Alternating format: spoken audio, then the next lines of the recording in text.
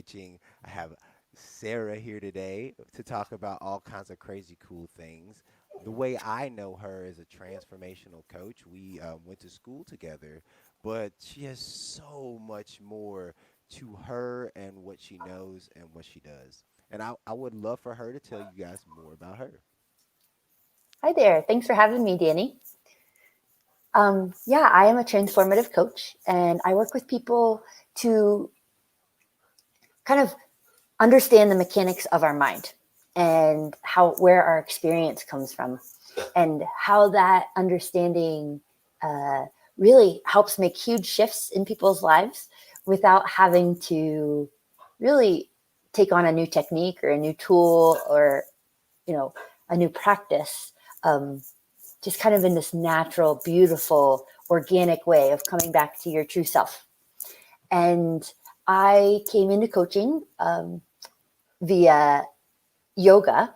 I've been a yoga teacher for about 4 years, and that all happened really kind of synchronistically, organically. I've actually been a children's librarian at a public library for um, for 11 years, and I've worked at the library for like 17 years. Like my whole adult life, I kind of just fell into the library and they kind of groomed me and sent me to grad school. And it's been a marvelous career. But a few years ago, I was starting to get a little itchy.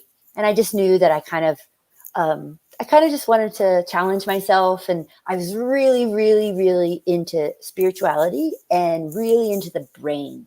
I read all the books on the brain, like the Buddha's brain and the Google book. I got really into mindfulness and had a meditation practice. And I just became fascinated with the mindfulness practice and meditating and calming myself and all of that. And yeah, I was kind of thinking that maybe I would just start tasting different careers because I had fallen into the library at such a young age that it all just kind of felt like it came into my lap, but it wasn't something I chose. Like I never, like actually a lot of my friends growing up thought it was hilarious that I became a librarian because I was certainly not a quiet bookworm as a kid. I was like the loudest kid. I always got in trouble for talking. I was an athlete growing up. I was always into sports and I actually wasn't that big of a reader. So it was really funny. Before we keep Yeah. going, tell me, okay, so tell me, so how do you go from not being the kid that would be deemed, you'll probably be a librarian, to just kind of sort of falling into that space where you've been for 11 years? So it seems like something that you enjoy, something that you really enjoy. Enjoy. Yeah. I think it was a time in my life where I really was listening to wisdom. I moved out to Colorado from Pennsylvania at 23, and I had lived in Pennsylvania my whole life. And it was just this weird, like, friend of a friend had a room open in Steamboat Springs, Colorado. And I was like, oh, I've never been there. And I don't really know how to ski or snowboard that well. So I'll just go there and check it out. And it was this time in my life where I was really open. And I just kind of kept saying yes to things. And I landed here in Steamboat. And then this kind of the same thing happened to the library. I applied to be like a shelver, like 5 hours a week to put books away because I was like, oh, the quiet, that would be really nice. I bet you it's really quiet there. And then I just landed there and it was not quiet at all. Because if you've ever been to a public library, especially ours, where it's actually really busy, it's, it's not what you think. It's quite loud and quite frenetic and quite busy. And I actually really like that. And so I just, like I said, I was just open and every time I don't know, I would get offered something, I would just kind of check in with my heart and be like, sure, yeah, I'll go to library school. Why not? And just kind of just kept saying yes. And that's how that happened. And when I fell into yoga, it was the same thing. I had learned how to develop websites. And well, this was really funny. I actually really wanted to be a yoga teacher, but I had a lot of thinking about how that was, for some reason, like a luxurious career to pursue. Like that wasn't like an academic or intellectual Uh, pursuit because I had at that point had a master's degree and I don't know. I had a lot. Now I think it's so silly, but at the time I had a lot of thinking around how that wasn't like the right next step. And so instead I learned how to develop websites. And it was really interesting. I was in a coffee shop working on someone's website, and this yoga teacher came and sat next to me. And she was like, "Oh, you do websites? Will you do mine?" And I was like, "Sure." Turned out the yoga teacher was putting on a yoga festival. And she was like, "Hey, we really need a website for this festival. Would you like to do it?" I was like, "Sure." Then a little while later, she's like, "Hey, I really can't afford to pay you much money for all this website work you're doing, but would you be interested in doing a yoga teacher training and becoming a yoga teacher?" And I was like, Wow. "Oh my gosh, that's like what I really wanted to do, but I didn't allow myself to do it." So that was about 5 years ago. And I took my first yoga teacher training for free as like a trade for the website work I was doing. And then I absolutely fell in love with yoga. I loved it. I loved holding space for people. I loved speaking in a more spiritual way. I loved this kind of calm, grounded sense of being really focused on. Is teaching yoga was surprisingly like a meditation, because you can't really focus. You can't think about your life when you're teaching yoga, because you're looking at bodies. You're thinking about what to say. You're like pacing to the music. It's this very grounded, calming experience that I really enjoyed. So let me get this straight. Um, you're 23 years old. You don't really, you're like, hey, life is happening. I got a friend that's got a place open. Let me go. I'll just stay there. Whatever. And then skiing seems cool. Okay. All right. And then you go to the library and you apply for one job. And the next thing you know, you end up 11 years later doing something that you kind of just fell into but love doing. Mhm. Um, and actually didn't show up the way you thought it would, but in a better space. And then you get into what people say is a professional career, which is making those websites and designing websites for people. And then you stumble on something that had been pulling on you for a long time, which was yoga. Yeah. And wow, uh, like I said, I know you, Sarah, now as a transformational coach. I did not know that every step of the way. You know Christy, and a lot of you guys. If you go back, I have a episode with Christy called Caudy Wampling. Caudy Wampling is what you're talking about right now. And, Yeah. like going through life without like you're like, okay, I need to do this or that, but just allowing yourself to surrender to life.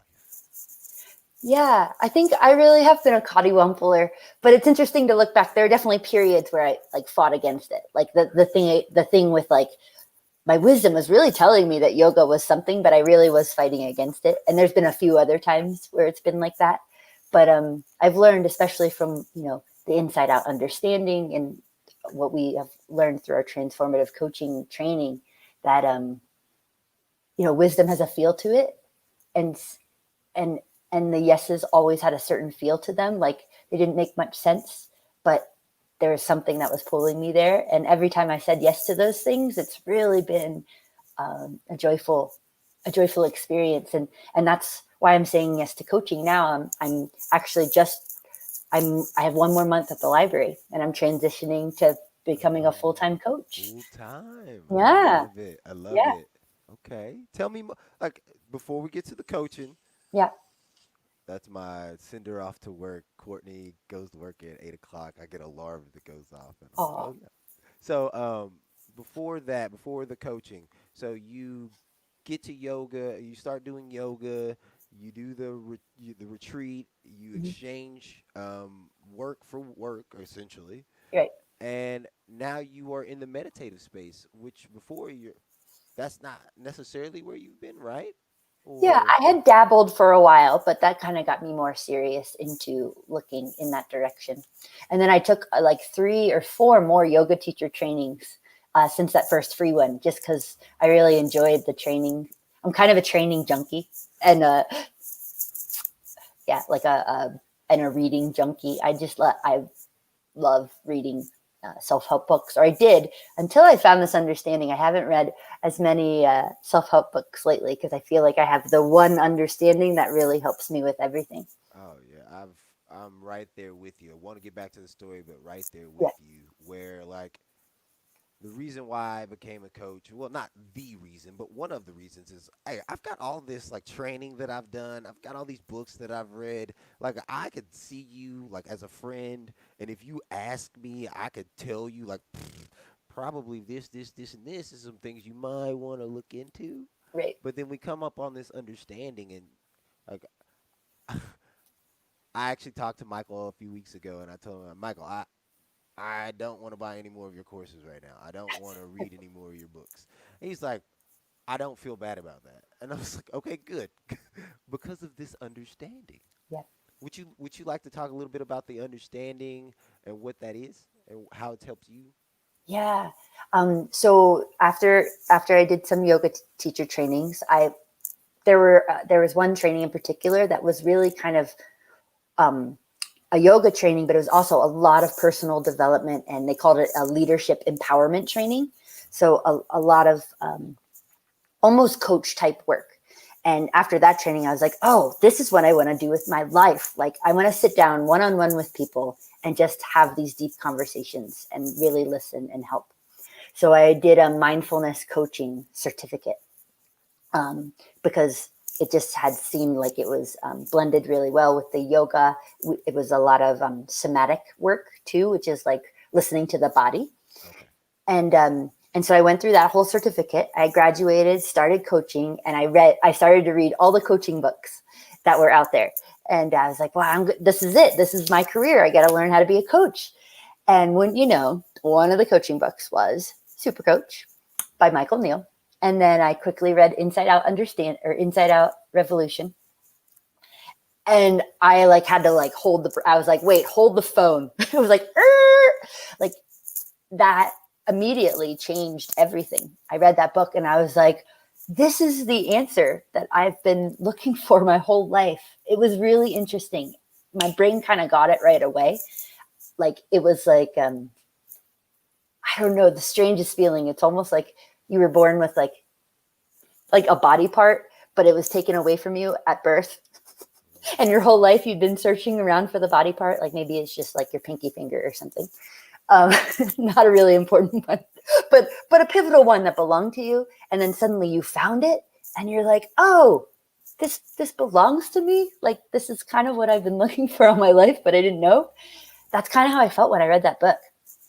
And everything changed. I immediately started coaching from the inside out understanding. And I don't know how much, we talk about the inside out understanding on your show, but for me, it was just kind of an obvious and magical surprise that yes, this is how our minds work. Yes, I'm creating my experience in every moment from what I'm thinking about. And and and then the rest is kind of history. Then I started to read all of Michael Neal's books, started to take more of his mini courses, and then took his Super Coach Academy where I met you. Yeah. So, Yeah. okay. I'm recap. Sarah, transformational coach now, but before that was just saying yes to the things that look real to you. And that took her from one state to a completely different state, falling into a career that she enjoyed and loved until finding things like yoga and this understanding where she was like, let me use the gifts that I've been, bestowed to give back to others and to use the understanding of I'm not even going to the mind consciousness and thought thing. Just not gonna do it. But that we just don't have to listen to our thinking when we're in low moods. Like like that's what she loves to do. So tell us now. So we're here, transformational coach, we're out of school. What's going on in your life now? What's the focus that you're trying to help people to see? Yeah. I love working with people. I just feel like it sounds silly, but I just feel like I was kind of put on this earth to to do this work in some way. I hope that doesn't sound like too egotistical or anything, but it does feel like that.